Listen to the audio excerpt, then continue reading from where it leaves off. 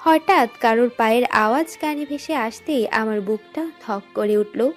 সাথে সাথে ডায়েরিটা তার নিজস্ব জায়গায় রেখে দরজার আড়াল দিয়ে বাহিরে উকি দিলাম আমি। দেখলাম ডাইনিংয়ে বসে বড় মামা পানি খাচ্ছেন।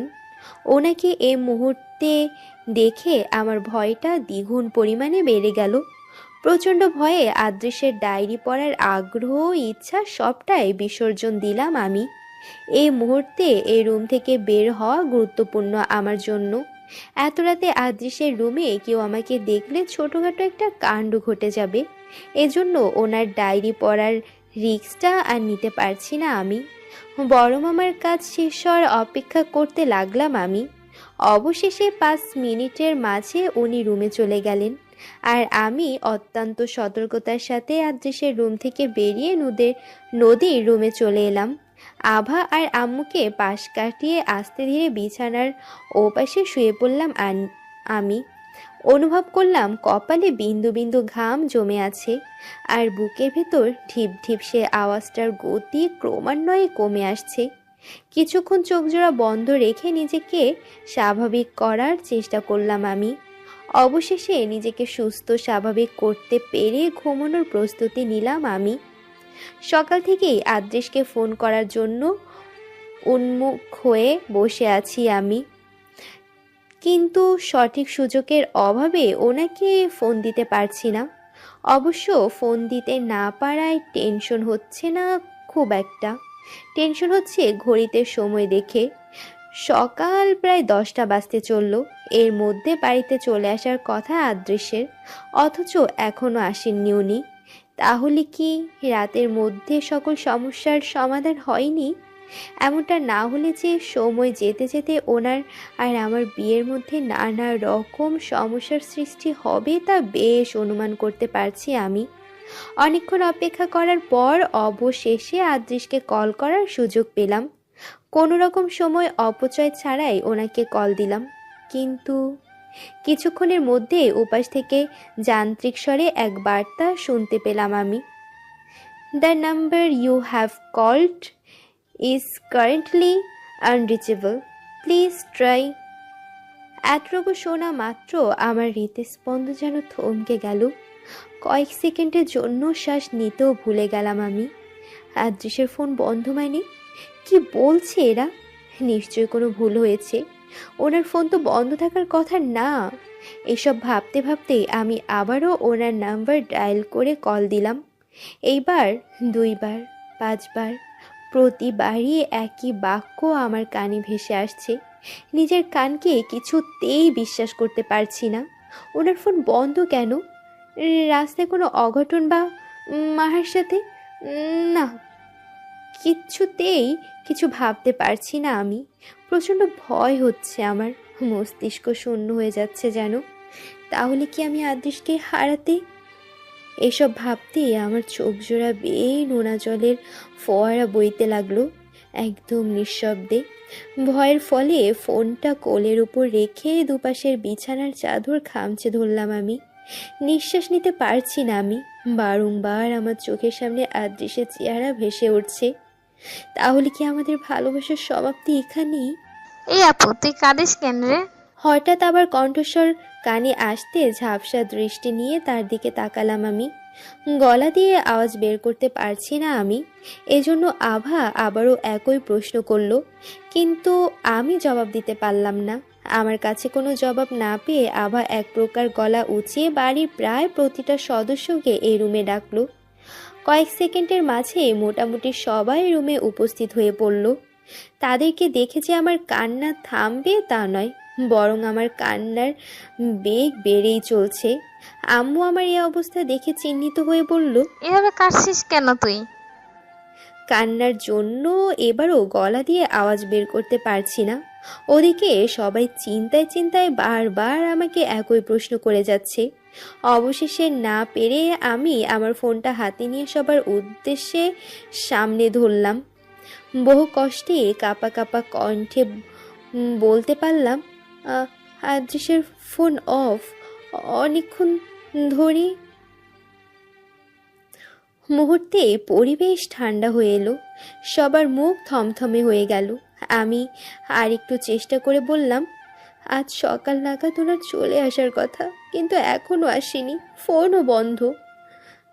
আমার কথা শেষ হওয়া মাত্রই রাইসা ভাবি আর ছোট মামি নিজেদের ফোন নিয়ে এসে আদ্রিসকে কল দিল, কিন্তু ফলাফল একই, ওনার ফোন বন্ধ। এদিকে বড় মামি আমার পাশে ধপ করে বসে পড়লেন, মুখে কোনো কথাবার্তা নেই। আর আমার কান্নার বেগ কিছুটা কমে আসলেও দুশ্চিন্তা কমে আসছে না। রাইসা ভাবি আমাদের দুজনের অবস্থা দেখে আশ্বস্ত করে বললেন, আব্বুকে ফোন করছি, পলাশ ভাইকেও ফোন করেছি, ওনারা নিশ্চয়ই করোনা খবর বের করতে পারবেন। এই বলে রাইসা ভাবি পলাশ ভাইয়া, বড় মামা আর ছোট মামাকে কল দিয়ে সবটা বললেন। ওনারা আমাদেরকে বললেন অপেক্ষা করতে। ওনাদের ফোন করার পর প্রায় 15 মিনিট কেটে গিয়েছে হয়তো, এখনও কেউ কল ব্যাক করেননি। ওদিকে ছোট মামি অনবরত আদ্রিসকে কল দিয়ে চলছে, কিন্তু প্রতিবারই সেই তিক্ত যান্ত্রিক বাক্য শোনা যাচ্ছে। সবার অবস্থা টেনশনে নাজেহাল। আমার কান্নার গতি কমলেও বারবার ফুপানোর আওয়াজ হচ্ছে। এই কান্নার ফলে যদি টেনশনটাকে দূর করা যেত তাহলে কত ভালো হতো। আমি টেনশনের সময় বসে বসে কাঁদতাম, অথচ এমন কিছুই হয় না। এভাবে সময় গড়িয়ে যেতে যেতে দুপুর হয়ে এলো। কেউই আদৃশের কোনো খোঁজ আনতে পারল না। এদিকে বড় মামির অবস্থা ধীরে ধীরে অবনতি হচ্ছে। প্রেশার ফল করে একবার অজ্ঞান হয়ে গিয়েছেন, কিন্তু এ পর্যন্ত আদৃশের কোনো খোঁজ পাওয়া গেল না। আর আমার অবস্থা এমন যে মনে হচ্ছে যে কোনো সময় হার্ট ফেল করে মারা পড়ব আমি। এই কয়েকটা ঘন্টা চোখ ভেজা রেখে সময় পার করলাম। সবাই একে অপরকে, আমাকে, বড় মামিকে নানাভাবে সান্ত্বনা দিয়ে চলছে, কিন্তু এতে কোনো কাজ হচ্ছে না। কিছুক্ষণের মাঝে পলাশ ভাইয়া, বড় মামা, ছোট মামাও বাড়িতে ফিরে এলেন। সবার চোখে মুখেই তীব্র দুশ্চিন্তার ছাপ। কেউই শান্তিতে নেই, শুধুমাত্র একজন মানুষের চিন্তায়। ওদিকে আমার ফুপু সহ তার পুরো পরিবার এ বাড়িতে হাজির হয়ে গিয়েছেন। বাড়িতে চিন্তার মহল দেখে হয়তো ওনাদের মাথায় হাত, বিয়ের চিন্তা উবে গেল। থমথমে পরিবেশটা হঠাৎ পলাশ ভাইয়ার কথায় সবর হয়ে উঠল। তিনি গলা উঁচিয়ে বললেন, সবাই বেরিয়ে এসো, আদৃশ চলে এসেছে। পলাশ ভাইয়ার কথা শুনে হুড়োহুড়ি করে রুম থেকে বেরিয়ে এলাম আমি। ডাইনিং পার হয়ে বাড়ির সদর দরজার দিকে চোখ পড়তেই থমকে গেলাম আমি। মস্তিষ্ক যেন পুরোপুরি শূন্য হয়ে এলো, হাত পা যেন পরিণত হলো বরফে। আদৃশ্যের জখম অবস্থা দেখে আমি কিছুক্ষণের জন্য একদম অনুভূতি শূন্য হয়ে পড়লাম। হঠাৎ বড় মামির ছোটোখাটো এক আর্তনাদে হুঁশ ফিরল আমার। আমি অসহায় চাহনিতে আদৃশ্যের দিকে চেয়ে আছি। ওনার কপালে আর বাম হাতে ব্যান্ডেজ করা, পরনের হালকা আকাশি রঙের শার্টটা অর্ধেকেরও বেশি অংশ জুড়ে রক্তে জর্জরিত। শার্টের হাতার অংশটুকু বেশ খানিকটা ছেঁড়া। ওনার এ করুণ অবস্থা দেখে কারোরই হয়তো বুঝতে বাকি রইল না যে উনি রাস্তায় বেশ বড়সড় অ্যাক্সিডেন্টের মুখোমুখি হয়েছেন। বড় মামি আদৃশকে দেখে কোনো রকমের হেঁটে গিয়ে আদৃশকে জড়িয়ে ধরল। এরপর বেশ জোরে জোরে নানান রকম প্রলাপ বকে কান্না শুরু করে দিল। এদিকে আমার কি হলো জানি না, পা দুটো হঠাৎ করিয়ে অবশ্য এলো যেন। ফলস্বরূপ আমি দাঁড়িয়ে থাকতে পারলাম না। ধপ করে ফ্লোরে পড়ে যাওয়ার আগে পাশ থেকে আভা আমাকে ধরে ফেললো। ভয়ার্ত কণ্ঠে বলল, এই আপু, কি হলো তোর? মুহূর্তেই সবার মনোযোগ চলে এলো আমার উপর। আদৃশ্য করুণ চাহনিতে আমার দিকে তাকালেন। সাথে সাথে আমার দু চোখ গড়িয়ে টপ টপ করে নোনা জলের ধারা বইতে লাগলো। এই নোনা জলকে ব্যথায় কাতর হৃদয় নিঃশব্দের অশ্রুধারা নামে আখ্যায়িত করা যেতে পারে। আব্বু আম্মু দ্রুত আমাকে ধরে উঠিয়ে নিল। আম্মু বলল, হয়তো আদেশের এই অবস্থা দেখে এমন হয়েছে ওর। এবার বড় মামা হুট করে গলায় হাঁক ছেড়ে বললেন, আদৃশকে ওর রুমে নিয়ে চলো, তারপর সবটা শোনা যাবে। আর মিমকে নদীর রুমে নিয়ে যাও, মেয়েটার শরীরের অবস্থা হয়তো খুব একটা ভালো না। বড় মামার কথা শেষ হতেই সবাই এক একে দরজার কাছ থেকে চলে আসতে লাগলো। আম্মু, আভা আর ছোট মামি আমাকে নিয়ে নদীর রুমে চলে এলো। আর বাকি সকলে আদৃশ্যের সাথে আদৃশ্যের রুমে চলে গেল। রুমে এসে আমাকে বিছানায় বসানোর পর ছোট মামি আমার দিকে এক গ্লাস পানি এগিয়ে দিয়ে বলল, পানিটা খেয়ে একটু রেস্ট নাও, শরীর হয়তো দুর্বল হয়ে গিয়েছে। আমি গিয়ে আদেশের খোঁজ খবর নিয়ে আসি, কেমন? আম্মু বলল, আমিও আপনার সাথে যাই ছোট ভাবি, আভা এখানে থাকুক। এই বলে দুজনে নদীর রুম থেকে বেরিয়ে গেল। আমি দরজার উপর থেকে দৃষ্টি সরিয়ে ছোট্ট একটা নিঃশ্বাস ছেড়ে বিছানায় শরীর এলিয়ে দিলাম। আসলেই প্রচণ্ড দুর্বল বোধ করছি আমি। কিছুক্ষণ পর আভা আমার দিকে চেয়ে থেকে জিজ্ঞেস করলো, আপু, তখন কি হয়েছিল তোর? ওভাবে পড়ে যেতে নিলি কেন তুই? আমি তৎক্ষণাৎ তার প্রশ্নের জবাব দিলাম না, বরং ক্লান্ত দৃষ্টিতে জানালা ভেদ করে বাহিরের দিকে তাকালাম। দুপুরের এর সময়ে এই রুমে এবং বাহিরের অদ্ভুত এক নীরবতা কাজ করছে, অথচ পাশের রুমে সে কি এক হট্টগোলের আওয়াজ। আসলে আদৃশ্যের সাথে কি হয়েছিল তা জানার জন্য হুট করে মরিয়া হয়ে উঠলাম আমি। কিন্তু এখন তো চাইলেও ওই রুমে যাওয়া সম্ভব নয়। আমি এবার আবার দিকে কয়েক সেকেন্ড চেয়ে থেকে বললাম, জানি না কি হয়েছিল আমার। আদৃশ্যের অমর অবস্থা দেখে আমার ভেতরটা যেন একদম ভেঙে চুরমার হয়ে গিয়েছিল।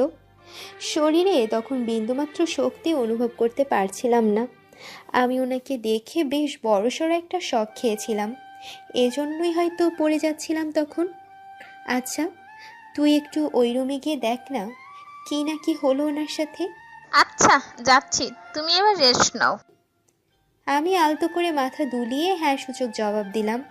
আভা আমার দিকে তাকিয়ে মুচকি হেসে রুম থেকে চলে গেল। তার রুম থেকে বেরিয়ে যাওয়ার পরপরই ক্লান্ত শরীর নিয়ে চোখ বন্ধ করে শুয়ে রইলাম আমি। কখন যে ঘুমিয়ে পড়েছিলাম তার টের পাইনি আমি।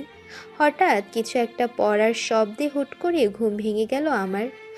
বুকটা ধড়ফড় করে উঠল আমার। শোয়া অবস্থাতেই আশেপাশে তাকিয়ে নিজেকে ধাতস্থ করার চেষ্টা করলাম। কয়েক সেকেন্ড পর আস্তে ধীরে বিছানা থেকে উঠে ওয়াশরুমে গেলাম। আয়নার দিকে তাকাতে নিজেকে দেখে চমকে উঠলাম আমি। কান্নার ফলে দু চোখ ফুলে একেবারে ঢোল হয়ে গিয়েছে যেন। যদিও খুব বেশি একটা ফোলেনি, হয়তো কম ঘুমিয়েছি বলে। বেশ কবার ভালো মতো চোখে মুখে পানি ঝাপটা দিয়ে ওয়াশরুম থেকে বেরিয়ে এলাম আমি। নদীর রুমে আপাতত কেউই নেই, হয়তো আদৃশ্যের রুমেও কেউ নেই। যদি কেউ না থাকে তাহলে ওনার সাথে সহজেই দেখা করা সম্ভব। এমনটা না হলে সঠিক সময়ের অপেক্ষা করা ছাড়া আর পথ খোলা থাকবে না। আমি বেশ কিছু সময় ধরে দু চোখ চেপে ধরে বসে রইলাম, এই আশায় যে চোখ ফোলা ভাবটা হয়তো একটু কমে যাবে।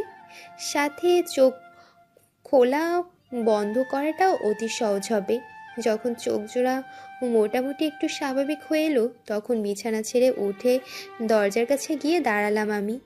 বাহিরে উকি দিয়ে ডাইনিংয়ে কারোর উপস্থিতি না পেয়ে আলতো পায়ে আদৃশ্যের রুমে ঢুকে পড়লাম। রুমে পৌঁছানোর সাথে সাথে আমার দৃষ্টি চলে গেল ঘুমন্ত আদৃশ্যের উপর। শটান হয়ে কপালে হাত রেখে ঘুমাচ্ছেন উনি। আমি চারপাশে সতর্ক দৃষ্টি দিয়ে আস্তে ধীরে হেঁটে বিছানার কাছে গেলাম। কিছুক্ষণ আদৃশ্যের দিকে চেয়ে থেকে ধীরে সুস্থে ওনার পাশে বসে পড়লাম। আদৃশ্যের চোখে মুখে একটা মায়াবী ভাব খেলা করছে। ঘুমন্ত অবস্থায় ওনার চেহারার দিকে তাকাতে মনে হলো বড্ড নিষ্পাপ এক মানুষ উনি। আমি কয়েক সেকেন্ড ওনার দিকে চেয়ে রইলাম, এরপর আলতো হাতে ওনার হাতটা কপালের উপর থেকে সরাতে নিলাম। তবে তার আগে উনি চোখ খুলে বিস্মিত কণ্ঠে বললেন, মিশমিশ, তুমি এখানে? আমি খানিকটা ভরকে গেলাম। আমতা আমতা করে বললাম, আপনি ঘুমাননি? আদৃশ কিছু না বলেই হুট করে হাতে ভর দিয়ে শোয়া থেকে উঠতে নিলেন, কিন্তু সাথে সাথে ব্যথায় কুঁকিয়ে উঠলেন উনি। ওনার এই অবস্থা দেখে ভয়ে বুক কেঁপে উঠল আমার। ব্যতিব্যস্ত হয়ে জিজ্ঞেস করলাম, ব্যথা পেয়েছেন কোথায়? কি হয়েছিল আপনার? এ অবস্থা কেন? তাড়াতাড়ি বলুন প্লিজ। আদৃশ আমার গালে এক হাত রেখে দুর্বল ভাবে হেসে বললেন, রিল্যাক্স, সব বলছি। আমাকে হেলান দিয়ে বসতে একটু হেল্প করো, পুরো শরীর ব্যথা আমার। আমি দ্রুত ওনার পাশ থেকে একটা বালিশ নিয়ে খাটের সাথে হেলান দিয়ে রেখে দিলাম। তারপর ওনাকে ধরে সে বালিশের উপর হেলান দিয়ে দিলাম। উনি স্বাভাবিক হয়ে বসে পড়তেই আমি ওনার পাশে বসে পড়লাম। বেশ ভয় নিয়ে ওনাকে জিজ্ঞেস করলাম, এবার বলুন আপনার এই অবস্থা কি করে হলো? অ্যাক্সিডেন্ট করেছিলেন? আদ্রিস আলতো করে মাথা দুলিয়ে বললেন, বেশ বড়সড় একটা অ্যাক্সিডেন্ট হয়েছিল। এইসব জানার পরও আদ্রিসের কথা শুনে আমার বুক ধক করে উঠল। মুহূর্তে কান্নায় গলা ভিজে এলো। তবে আদ্রিসের সামনে এখন কান্না করা যাবে না। এজন্য আমি যথাসম্ভব নিজেকে শক্ত রেখে জিজ্ঞেস করলাম, আপনার ফোনের কি হয়েছিল? জানেন কতবার ফোন দিয়েছিলাম আমি, কিন্তু একটা বারও আপনি ফোন রিসিভ করেননি। উল্টো শুনলাম আপনার ফোন বন্ধ। এটা শোনার পর আমার কত কি চিন্তা হচ্ছিল তা বলে বোঝাতে পারবো না। আপনি, এতটুকু বলতে আমার দু চোখ ভিজে এলো। এত চেষ্টার পরও সেই কান্নাও চলে এলো। আদৃশ্যের চোখে ফাঁকি দিতে আমি দ্রুত মাথা নিচু করে ফেললাম। কিছুক্ষণ পর আদৃশ আমার হাত নিয়ে নিজের হাতের মুঠোয় পুরে বললেন, এত চিন্তা হচ্ছিল তোমার? আমি আস্তে করে মাথা তুলে বাচ্চাদের মতো অভিযোগের সুরে বললাম, আমি এখনো আপনার বউ হইনি। আদৃশ হালকা হেসে বললেন, হওনি, বাট কালকে তো হয়ে যাবে। আচ্ছা, কালকে বিয়েটা না হলে কি খুব ক্ষতি হয়ে যাবে আপনার শরীরের? আদৃশ আমাকে মাঝপথে থামিয়ে দিয়ে আটকে উঠে বললেন, বিয়ে কালকে হবে। এত প্রিপারেশন নেওয়া হয়েছে কি বিয়ে পেছানোর জন্য নাকি? না তেমনটা না, আপনার শরীরের অবস্থা তো ভালো না। কিচ্ছু হয়নি আমার, একদম ফিট অ্যান্ড ফাইন। শুধু শরীরে একটু ব্যথা আর কি, এই তো। এই জন্য কি আমি বিয়ে পিছিয়ে দেবো নাকি? বিয়ে আগামীকালই হবে, ফিক্স অ্যান্ড ফাইনাল। আদৃশের কথাবার্তা শুনে আমার আর বুঝতে বাকি রইল না যে আমি হাজারবার নিষেধ করা সত্ত্বেও উনি বিয়ে পিছিয়ে দিতে রাজি হবে না। আমি হাল ছেড়ে দিয়ে ফোঁস করে নিঃশ্বাস ফেললাম। আমরা দুজনেই চুপচাপ বসে আছি। হঠাৎ আদৃশ বলে উঠলেন, হসপিটাল থেকে রাতেই বাস স্টেশনে পৌঁছাই। 2-3 ঘন্টা বসে থাকার পর কাঙ্ক্ষিত বাসটা পাই। বাসে ওঠার পর শুরুতে আমি তোমাকে সবকিছু টেক্সট করে জানিয়ে দিতে চেয়েছিলাম, কিন্তু পকেট থেকে ফোন বের করে দেখলাম ফোন অফ। করার পরও অন করতে না পেরে বুঝলাম যে ফোনে চার্জ নেই। তখন ভাবলাম সকালে একেবারে গিয়েই সারপ্রাইজ দিব তোমাকে। এই বলে উনি কয়েক সেকেন্ড চুপ করে রইলেন। একটু পর আবারও বলা শুরু করলেন, বাস সিরাজগঞ্জ ঢুকবার আগে আমার ঘুম ভাঙে। এই সিরাজগঞ্জে অ্যাক্সিডেন্ট হয়েছিল। বাসের ট্রাক মুখোমুখি সংঘর্ষ হয়। অ্যাক্সিডেন্টটা মাঝারি ধরনের হয়। বাসের 2 জন যাত্রী তখনই মারা যায়। কয়েকজনের অবস্থা বেশ করুণ ছিল, কিন্তু বেশিরভাগ মানুষের অবস্থা আমার মতো ছিল, অর্থাৎ খুব একটা ক্ষতি হয় নাই। অ্যাক্সিডেন্ট হওয়ার সাথে সাথে আমি জ্ঞান হারিয়েছিলাম। কিছুক্ষণের মাঝেই জ্ঞান ফিরতে দেখি আশেপাশে বেশ চিৎকার চেঁচামেচি হচ্ছে। দূর থেকে দেখলাম অ্যাম্বুলেন্স আসছে। আমি কোনো রকমে নিজেকে ধাতস্থ করে উঠে দেখলাম এই বাম হাতটা একটু কেটে গেছে, আর কপালের অংশ জ্বলছিল বলে বুঝতে পেরেছিলাম যে কপালে চোট পেয়েছি।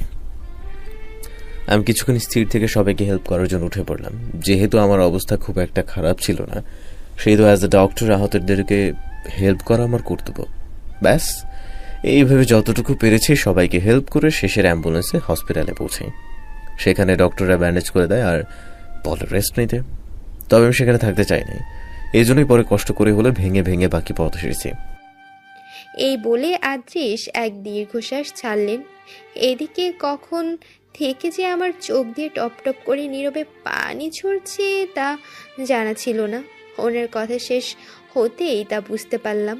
আদৃশ হালকা হেসে এক হাত দিয়ে আমার চোখের পানি মুছে দিয়ে বললেন, এত কাঁদো কেন তুমি? আমি ভেজা গলায় বললাম, ছোট থেকে আমি অনেক আবেগপ্রবণ মানুষ। খবরে পেপারে এসব অ্যাক্সিডেন্টের কথা শোনার পর খুব ভয় করতো। মাঝে মধ্যে একটু পানিও জমতো চোখে। আর সেখানে আপনি সরাসরি অ্যাক্সিডেন্ট ফেস করেছেন, তো কাঁদবো না আমি? আদৃশ আমার কথা শুনে মুখ লুকিয়ে হেসে ফেললেন। আমি চোখ মুখ কুঁচকে অভিযোগের কণ্ঠে বললাম, এতে হাসার কিছু নেই। যদি আপনার বেশি কিছু হয়ে যেত তখন আমার কি হতো একবারও ভেবে দেখেছেন? আদৃশ আবারও হালকা হেসে দিলেন। ওনার এই হাসি মোটেও সহ্য হলো না আমার। আমি এবার রাগান্বিত কণ্ঠে বললাম, এত হাসি কোথায় পেলেন? আর একবারও যদি হেসেছেন তো আপনার মুখে কস্টেপ মেরে বসিয়ে রাখবো। আমার জায়গায় আপনি থাকলে বুঝতেন কতটা টেনশন হচ্ছিল আমার। এমনিতেই হঠাৎ মাহার কথা উঠতে চুপ হয়ে গেলাম আমি। মাহার ব্যাপারটা মনে আসতে তাড়াহুড়া করে আদৃশকে জিজ্ঞেস করলাম, যে কারণে ঢাকায় গিয়েছেন সে কাজ হয়েছে? আদৃশ ঠোঁটের কোণে সেই মনোমুগ্ধকর হাসি ফুটিয়ে হ্যাঁ সূচক জবাব দিলেন। সাথে সাথে খুশিতে আমার চোখ জোড়া চকচক করে উঠল। বিড়বিড় করে বললাম, আলহামদুলিল্লাহ। আদৃশ আমার দিকে চেয়ে আবারও আমার হাত নিজের হাতের মুঠোয় নিয়ে বললেন, মাহার ঘুম ভাঙার পরপরই ওর সাথে কথা বলতে চাই। প্রথম প্রথম অনেক বোঝানোর পরও ও বুঝতে রাজি হলো না। পরে কষ্টে সৃষ্টে কোনো রকমে বুঝিয়ে সেখান থেকে বেরিয়ে এলাম। বশির স্যার আমার পিছু পিছু এসে সব কিছুর জন্য ক্ষমা চাইলেন আমার কাছে।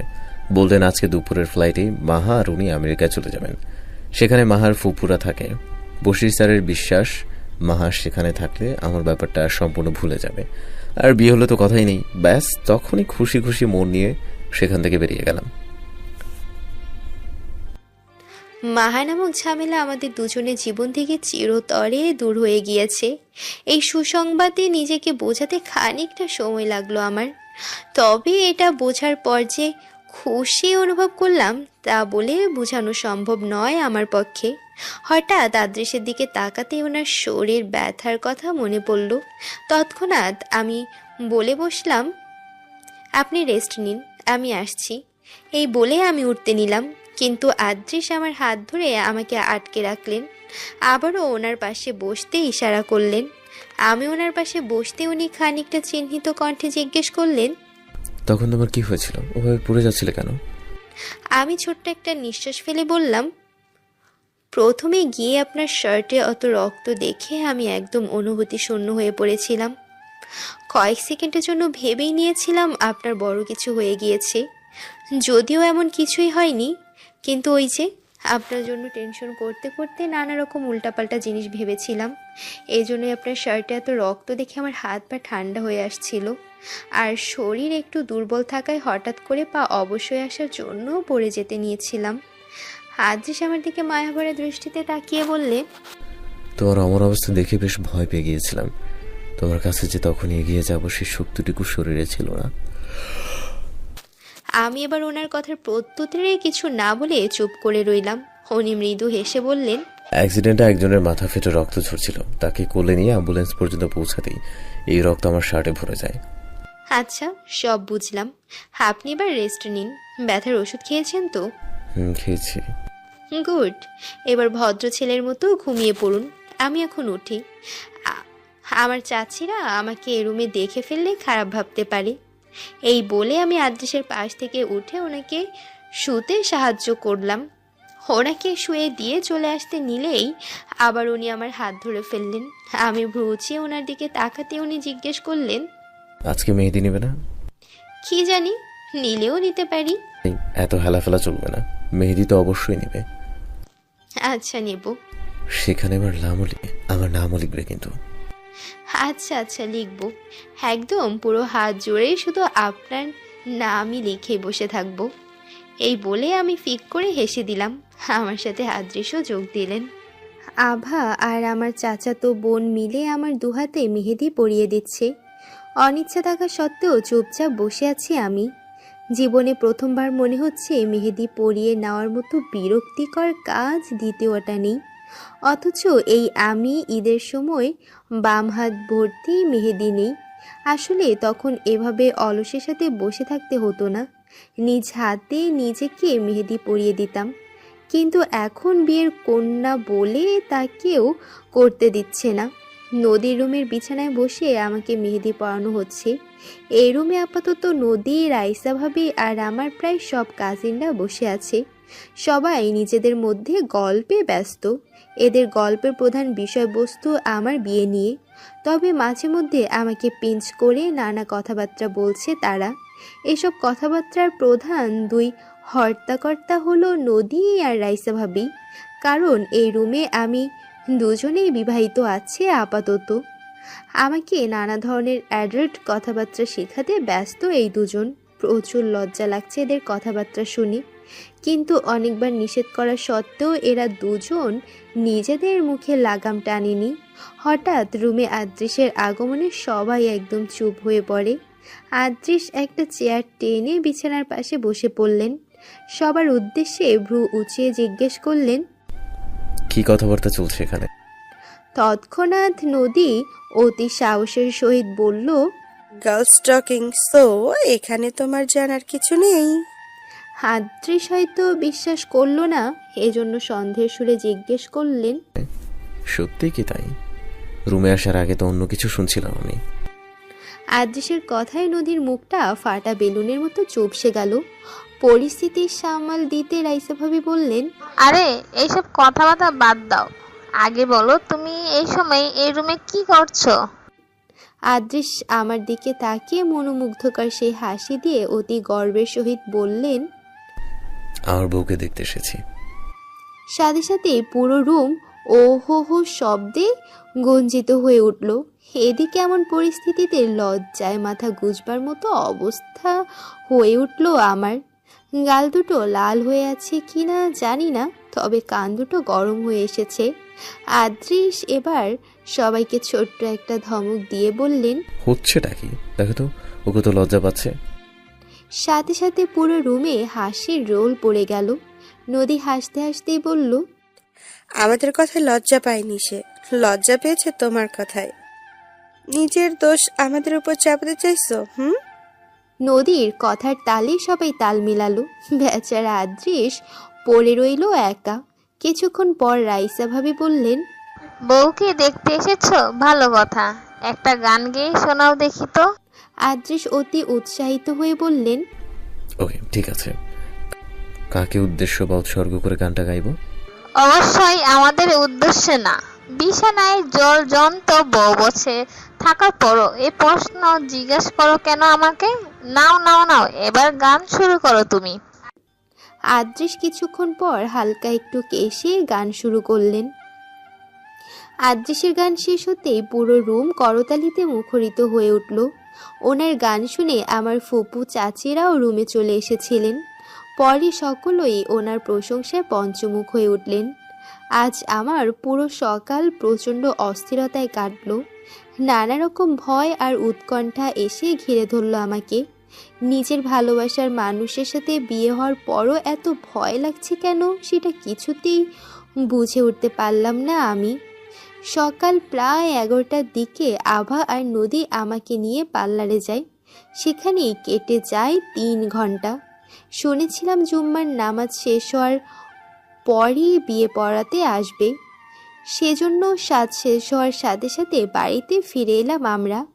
আমাকে নদীর রুমে বসানো হলো।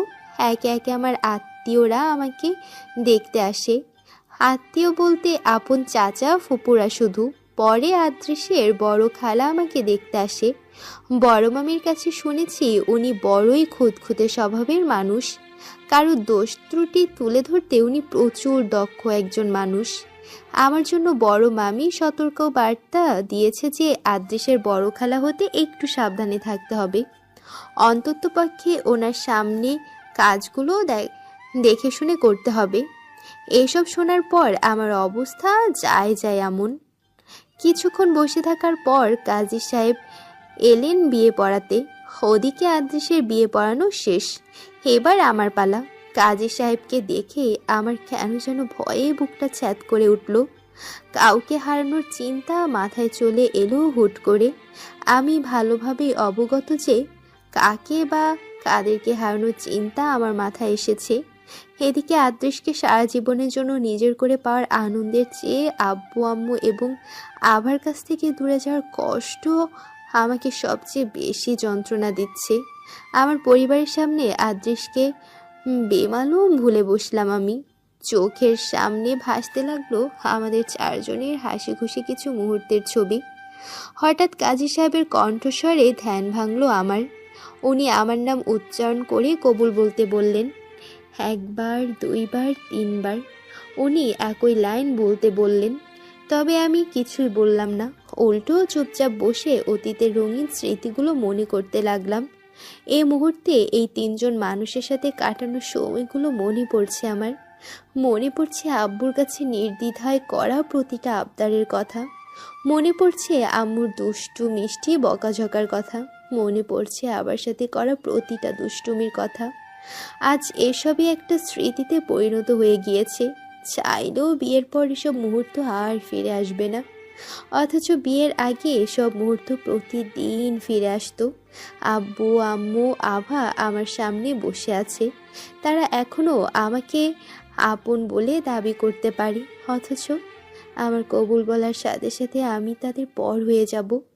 সম্পর্ক ছিন্ন হবে না ঠিকই, তবে সম্পর্কে অদেখা এক দূরত্ব তৈরি হয়ে যাবে। কবুল বলার পর আমি তাদের থেকে কত দূরে চলে যাব। তখন আব্বুর কাছে বিনা সংকোচে কোনো আবদার করতে পারবো না, কারণ আমার স্বামী সংসার হবে। তখন আম্মু সেই দুষ্টুমিষ্টি বকাগুলো শুনবো না, কারণ আমি সংসারী মেয়েতে পরিণত হব। তখন সব সময় আমার সাথে দুষ্টুমি করতে পারবো না, কারণ আমাকে একসময় আমার স্বামীর কাছে যেতে হবে, সংসার সামলাতে হবে। কেন এমনটা হয় মেয়েদের সাথে? তারা কেন সারা জীবন বাবা মায়ের সাথে একই রকম জীবনযাপন করতে পারে না? কেন তাদেরকে এত ত্যাগ করতে হয়? কেন তাদেরকেই বাবা মাকে ছেড়ে স্বামী আর সংসারকে ত্যাগ করে আপন করে নিতে হয়? এই এত ত্যাগ করার পরও সব মেয়েরা তাদের প্রাপ্য পায় না। পায় স্বামীর লাঞ্ছনা আর অত্যাচার, পায় শ্বশুর শাশুড়ি আর স্বামীর খোঁটা। নিত্যদিন নিজেকে ঘরের কাজে মশগুল রাখতে হয়, পরের ঘরের আপন করে নিতে হয়, তারপর এসবের কদর করে না অনেকে। এটাই বাস্তবতা, কঠোর তিক্ত বাস্তবতা। সারা জীবন স্বপ্নের মধ্যে থেকে হঠাৎ করে এ বাস্তবতা মেনে নিতে সব মেয়েরই কষ্ট হয়, তবে মুখ বুঝে সব মেনে নিতে হয়। এইসব ভাবতে ভাবতে হঠাৎ আম্মুর কণ্ঠস্বর শুনতে পেলাম।